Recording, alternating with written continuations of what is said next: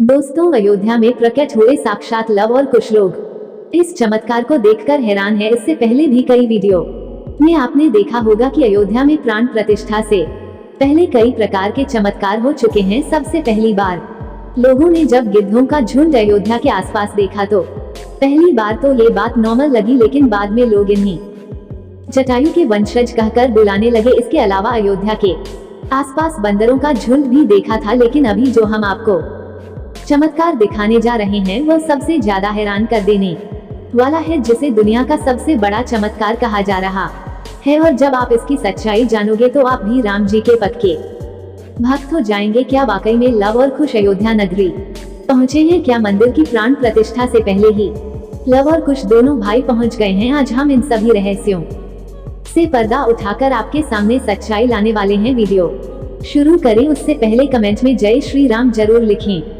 दोस्तों, 22 जनवरी से पहले ही अयोध्या को दुल्हन की तरह सजा दिया गया है। मंदिर में रामलला के प्राण प्रतिष्ठा का समय 12:20 तय किया गया है। जी प्रतिमा को मंदिर के गर्भगृह में रखा जाना है। उसका वजन करीब 200 किलो है। भगवान राम की यह प्रतिमा 5 साल के बच्चे के स्वरूप की होगी। गुजरात से ट्रेलर पर 5500 किलो का ध्वज दंड अयोध्या पहुंच गया है, जो इतना ज्यादा बड़ा है कि इसको एक ट्रक के अंदर लाया गया है, जिसकी तस्वीर सामने आने के बाद पूरी दुनिया में चर्चा हो रही है। इसके अलावा गुजरात से 500 किलो का नगाड़ा पहुंचा है, जिस पर सोने की परत चढ़ी हुई है। 2400 किलो का एक घंटा पहुंचा है, जिसको प्राण प्रतिष्ठा के बाद में मंदिर के अंदर बजाया जाएगा। आखिर इतने बड़े घंटे को कारीगरों ने कैसे बनाया था? इसके अलावा 108 फीट लंबी अगरबत्ती गुजरात से अयोध्या पहुंची है। साथ दुनिया का सबसे बड़ा ताला भी बनाकर तैयार किया गया है। और क्या आप कल्पना कर सकते हैं कि 1100 किलो का दीपक भी बनाकर गुजरात से अयोध्या भेजा है। दोस्तों, ये सभी चीज इतनी ज्यादा अलग के लोग दूर दूर से देखने को भी पहुंच रहे हैं। और होगा भी क्यों नहीं, करीब 500 सालों के लंबे संघर्ष के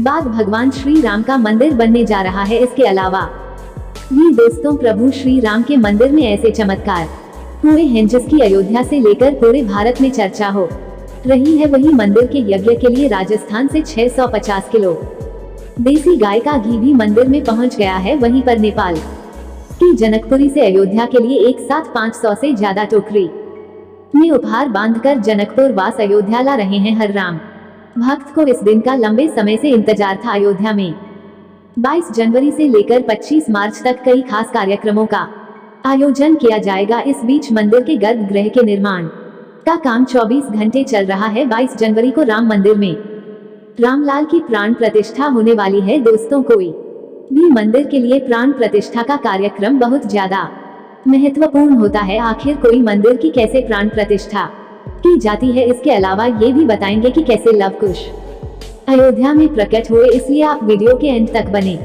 रहना। दोस्तों, सनातन धर्म में किसी भी मूर्ति के लिए प्राण प्रतिष्ठा बहुत महत्वपूर्ण होती है। प्राण प्रतिष्ठा मूर्ति स्थापना के समय किया जाता है। किसी भी मूर्ति की स्थापना के समय उसे प्रतिमा रूप को जीवित करने की विधि प्राण प्रतिष्ठा कहलाती है। प्राण शब्द का अर्थ जीवन शक्ति और प्रतिष्ठा का अर्थ स्थापना होता है। ऐसे में प्राण प्रतिष्ठा का अर्थ जीवन शक्ति की स्थापना करना या देवता को जीवन में लाना होता है। बिना प्राण प्रतिष्ठा के कोई भी मूर्ति पूजा के योग्य नहीं मानी जाती है। मानता है कि प्राण प्रतिष्ठा के जरिए मूर्ति में जीवन शक्ति का संचार होता है और वह मूर्ति देवता के रूप में बदल जाती है। अब साक्षात प्रभु श्री राम अयोध्या राम मंदिर में निवास करने वाले हैं।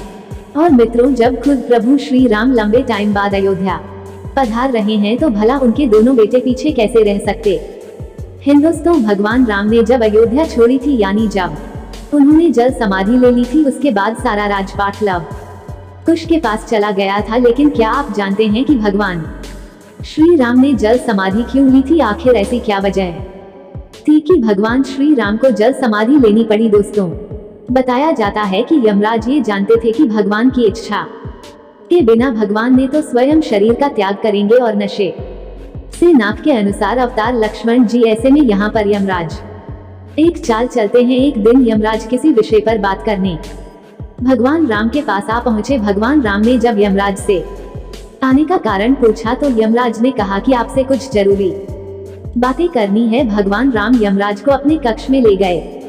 यमराज ने कहा कि मैं चाहता हूँ कि जब तक मेरी और आपकी बात हो उसे बीच कोई इस कक्ष में नहीं आए। यमराज ने अपनी बात को आगे बढ़ते हुए कहा कि अगर कोई बीच में आ जाता है तो आप उसे मृत्यु दंड देंगे। भगवान राम ने यमराज की बात मान ली और यह सोचकर कि लक्ष्मण उनके सबसे आज्ञाकारी हैं, इसलिए उन्होंने लक्ष्मण जी को पहले पर बैठा दिया।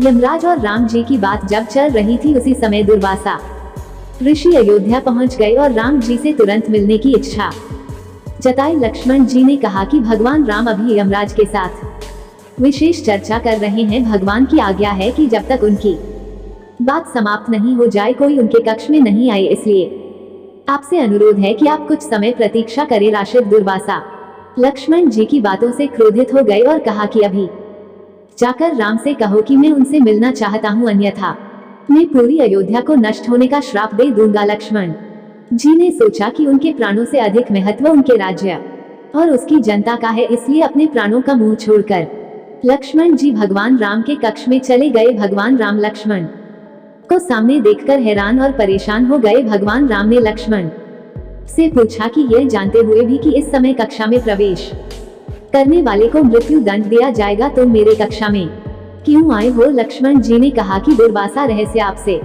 अभी मिलना चाहते हैं, उनके है के कारण मुझे अभी कक्षा में आना पड़ा है। राम जी यमराज से अपनी बात पूरी करके जल्दी से रसीद दुर्वासा से मिलने पहुंचे। यमराज अपनी चाल में सफल हो चुके थे। भगवान राम अपने वचन से मजबूर थे। राम जी सच में थे कि अपने प्राणों से प्रिय भाई को कैसे मृत्यु दंड दिया जाए। राम जी ने अपने गुरु वशिष्ठ जी से इस विषय में बात की तो गुरु ने बताया कि अपनों का त्याग मृत्यु दंड के समान ही होता है, इसलिए आप लक्ष्मण को अपने से दूर कर दीजिए, यह उनके लिए मृत्यु दंड के बराबर ही सजा होगी।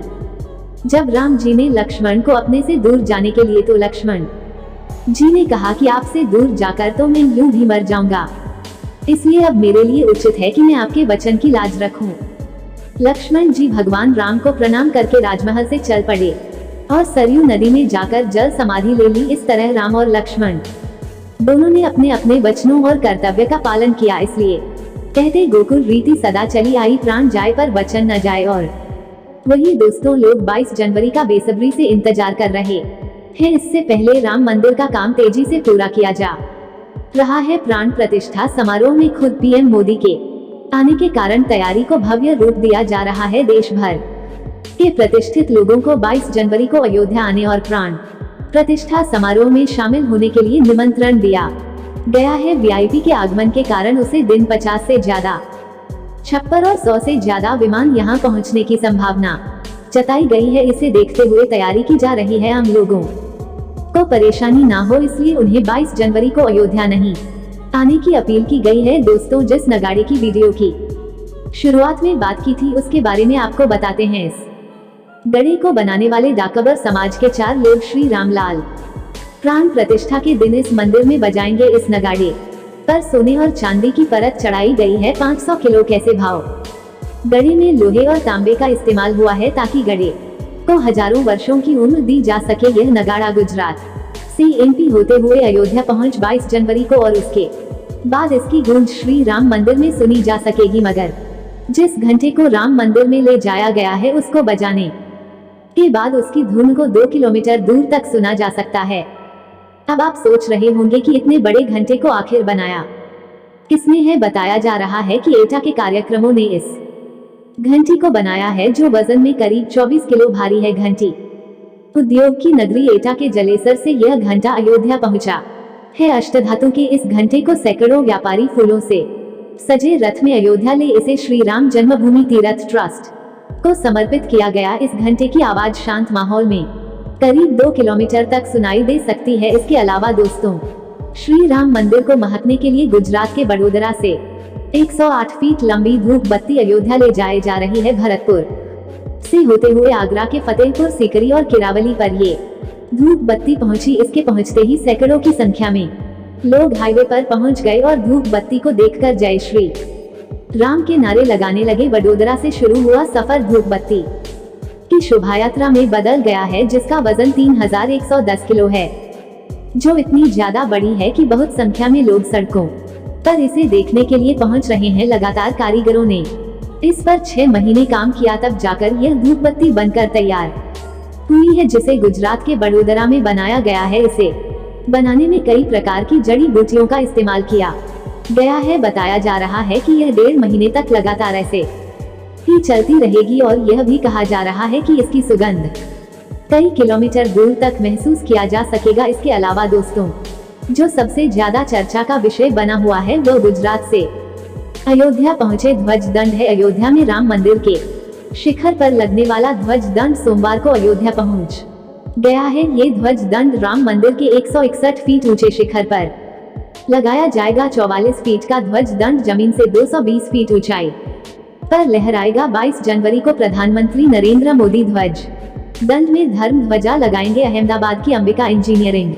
कंपनी ने 9 महीने में इस ध्वज दंड को तैयार किया है। इसके अलावा दोस्तों, नेपाल से अयोध्या एक बहुत बड़ा काफिला पहुंचा है, जिसके अंदर करीब 3000 उपहार अयोध्या पहुंचे। नेपाल के जनकपुर में मां सीता की जन्मभूमि से भगवान राम के लिए 3000 से अधिक उपहार अयोध्या पहुंचे हैं। चांदी के खड़ा मुंह, आभूषण और कपड़ों सहित तमाम उपहार को इस सप्ताह जनकपुर धाम राम जानकी मंदिर से लगभग 30 वाहनों के काफिले में अयोध्या लाया गया। इसके अलावा दोस्तों, राम मंदिर के लिए स्पेशल घड़ी भी डिजाइन की गई है। लखनऊ स्थित एक सब्जी विक्रेता ने विशेष रूप से एक ऐसी घड़ी डिजाइन की है जो एक ही समय में 8 देशों का समय बताती है। राम मंदिर के अंदर जितनी भी चीज पहुंची है वो बहुत ही ज्यादा बड़ी है। मंदिर के लिए ताला और चाबी पहुंचे हैं, जिसकी साइज जानकर आप भी हैरान रह जाएंगे। अलीगढ़ के ताला बनाने वाले सत्य प्रकाश शर्मा ने 10 फीट ऊंचे, 4.6 फीट चौड़े, 9.5 इंच मोटे और 400 किलोग्राम वजनी ताला चाबी तैयार किया है। उन्होंने कहा, ये दुनिया का सबसे बड़ा ताला और चाबी है। मैंने इसे राम मंदिर ट्रस्ट को उपहार में दिया है ताकि इस मंदिर में प्रतीकात्मक तले के रूप में इस्तेमाल किया जा सके। सूरत के एक हीरा व्यापारी ने 5000 अमेरिकी हीरे और 2 किलो चांदी का उपयोग करके राम मंदिर की थीम पर एक हार बनाया है। 40 कारीगरों ने 30 दिनों में डिजाइन पूरा किया है। इस हार को राम मंदिर ट्रस्ट को उपहार में दिया गया है। इसके अलावा दोस्तों, 1100 किलो का दीपक तैयार किया गया है। बड़ोदरा के रहने वाले किसान अरविंद भाई मंगल भाई पटेल ने 1100 किलोग्राम वजन का एक विशाल दीपक तैयार किया है। इसकी क्षमता 811 किलोग्राम की है। दीपक पंचधातु यानी सोना, चांदी, तांबा, जस्ता और लोहा से बनाए। और दोस्तों, ये सब चीज देखकर आप भी हैरान रह गए होंगे। अयोध्या में उत्सव जैसा माहौल है, वहीं प्राण प्रतिष्ठा की पूजा को देश भर के 121 पंडित संपन्न करेंगे। इसके साथ ही 2 मंडप और 9वां कुंड तैयार हो रहे हैं। प्रत्येक हवन कुंड से खास महत्व और उद्देश्य भी जुड़ा हुआ है। अब दोस्तों, इसे लेकर आप क्या सोचते हैं, कमेंट के माध्यम से जरूर बताएं। जय श्री राम।